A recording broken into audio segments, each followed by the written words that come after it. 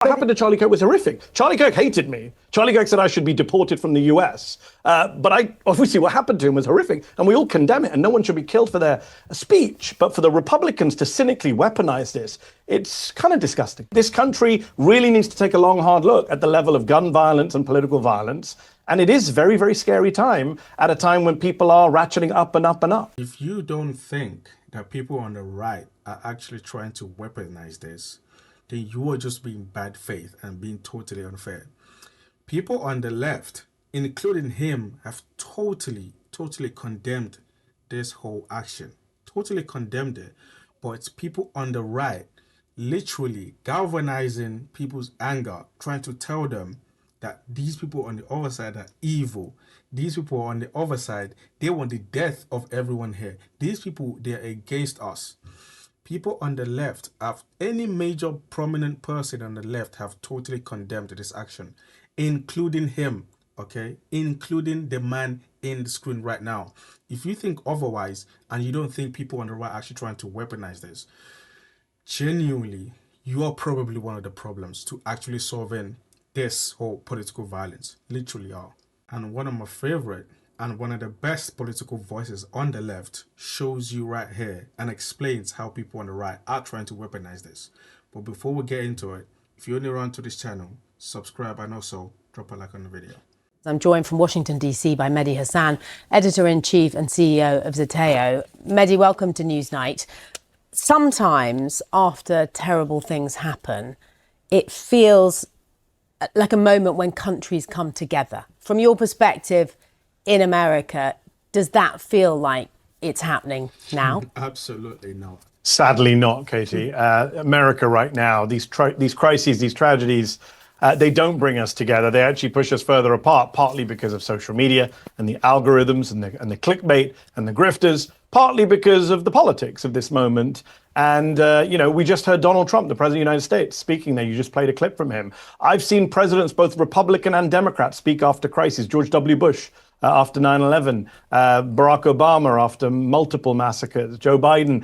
And I just think Donald Trump is not the person who you want leading a country when it's divided like this. He's doing a lot of the dividing. When I heard him speak a moment ago there about, I'm worried for the country. I mean, it's like an arsonist turning up at the scene of the fire and saying, how did this happen? He has poured a lot of the fuel on the fire when it comes to incitement. And that is the problem right now. Why do you think it is? If you're using those terms, it sounds like you're saying it's being weaponized in some way. Why do you think that's happening? First of all, he's absolutely right. In this kind of situations where both sides are actually divided, what you need is a competent leader to be able to recognize the differences on both sides. Anyone but the president right now is the competent person. That's literally, that's the sad part. You need a competent leader to guide through this kind of turmoil. The last person you would want to do that right now is President Trump. Literally the last person you would want. That's the person as president right now. He is literally the one fueling the fire. Him and his people, the people that literally are close to him, is in his center circle, they are the ones fueling the fire. It just sucks that he's the one in charge because he is incapable of doing what's required right now to bring both sides together. He's incapable of it.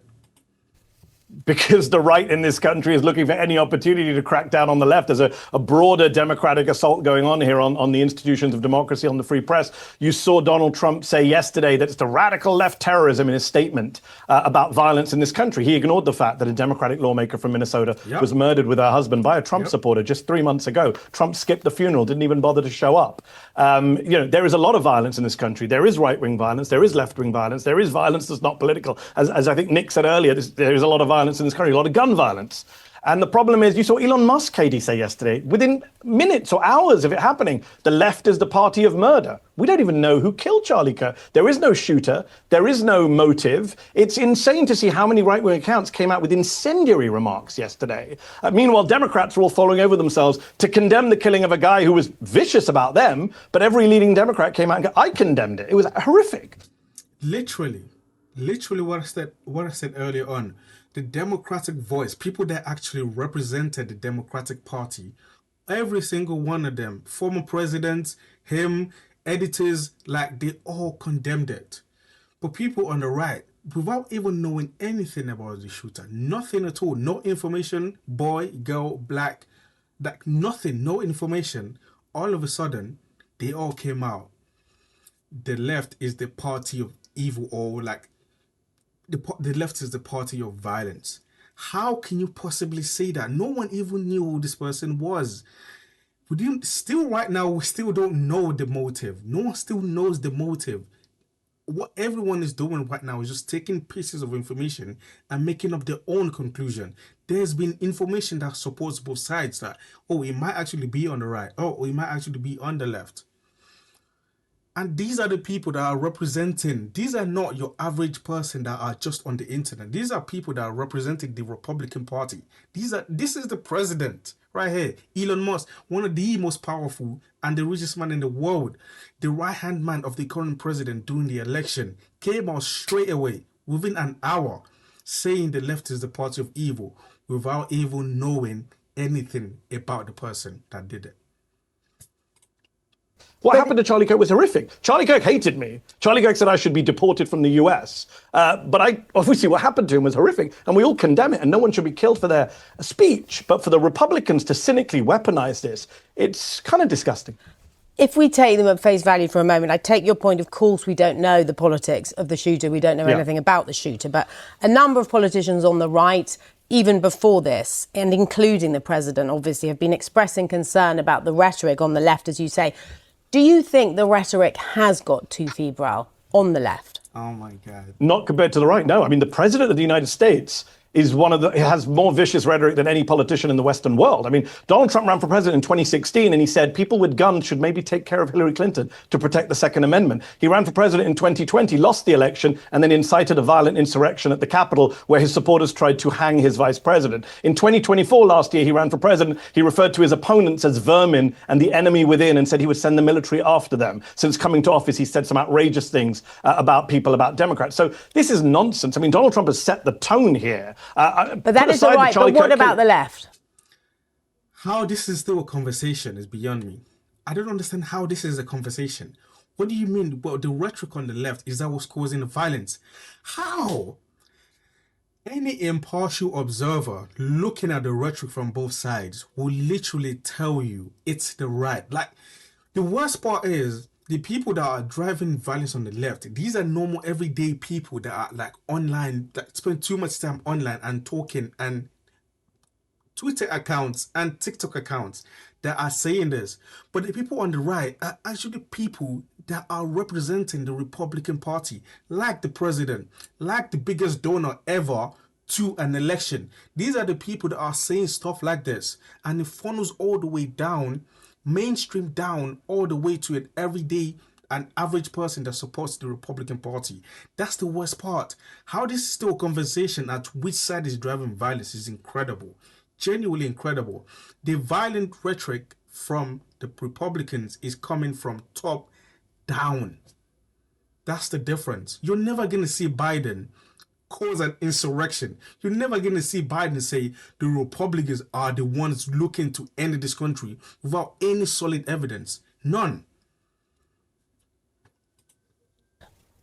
Will you tell me which left? I saw Barack Obama, Joe Biden, Kamala Harris all come out yesterday. All the leading Democrats came out and condemned this and said we need to tone this down. By the way, rhetoric aside, you can't do this kind of stuff without easy access to guns. There's only one political party which is trying to do something about the gun problem. Are we going to hear anything from the Republicans now after Charlie Kirk was shot? Charlie Kirk himself is on record, sadly, saying that it's worth it for some people to die every year in order to protect the Second Amendment. Sadly, he's become now a victim of that same gun violence he defended. Now, the fact that he didn't care about that, I do care. I don't think Charlie Kirk should have been killed, and I therefore think we should do something about violent rhetoric. We should do something about guns. And we do need to turn the volume down in this country, but listen to Trump. You just played the clip. He's saying it's all about the radical left. That is not true. In fact, every extremist-related murder in the United States between 2022 and 2024, according to the ADL stats, was carried out by a right-winger. You don't see Democrats running around trying to weaponize that. No, let's tone down across the board. And Mehdi, unfortunately, the reaction is... If you tell these people on the right, okay, now that this has happened, let's find a solution to this. Let's create a policy that's actually going to make sure people don't actually have easy access to guns. so they wouldn't commit political violence or any overall violence. There's only one side that's not going to agree with that. That's the people on the right. He just said it right there. Charlie Kirk, the unfortunate victim himself, came out saying people dying, unfortunately, is actually sometimes required and sometimes justified if it means you get to keep your Second Amendment rights. That's an insane take. Insane take. If right now we're trying to create solutions to stop gun violence, it's the people on the right that will say, hey, you're trying to impinge on my Second Amendment rights. There's only one party that's actually driving this. There's only one group. It's the people on the right. How this is a conversation is beyond me. Genuinely beyond me. I will say it again. Any impartial observer will be able to tell you which side is actually driving this. Anyone that's actually being real. Has been, sorry, go on. I was just going to say, as people will know from watching this and will know from your many appearances, you are very vocal yourself about your opinions. You have big following. Yes. You go out, as Charlie Kirk did, you go out and debate people on the other side. I wonder, from a personal perspective, it's so sobering, obviously, what has happened in America in the last 24 hours or so, but does it make you personally more fearful about your own safety? Unfortunately, yes. And I've just been inundated, like I'm sure many public figures on left and right have over the past 24 hours, from friends, colleagues saying, what are you doing? Are you getting more security in public? I mean, sadly, tragically, horrifically, Kirk was shot by a sniper, apparently, from way away. So even his own security team couldn't protect him. No, it is very worrying for public figures. I just interviewed Ilhan Omar earlier today, who's probably the most threatened lawmaker in the United States. She's had 3 or 4 guys have gone to prison for trying to kill her. She travels around with 24-hour security. It's insane. This country really needs to take a long, hard look at the level of gun violence and political violence. And it is a very, very scary time at a time when people are ratcheting up and up and up. Mehdi Hasan, thank you very much for coming on Newsnight.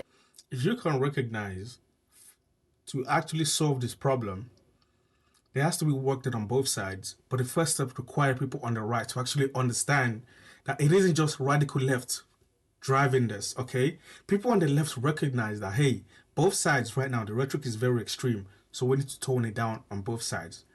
But the people on the right, they're not recognizing the fact that they never have any influence on the rhetoric at all. That's the problem. They just think they're calling us fascists, they're calling us Nazis, so therefore they're driving the rhetoric. Therefore, any political violence that happens is because of them. That's it. That's all their worldview is. That's it. And that's the problem. If you can recognize you're actually participating in actually increasing the dangerous rhetoric going on right now, then what's the point? There's no point. It's not like the people on the left are not going to do anything. It makes no sense. You can't just expect them to fix everything. It requires you as well. But that's just my thoughts. If you disagree, put it down in the comments below. And also, if you're new to this channel, it would be massively appreciated if you subscribe and also drop a like on the video.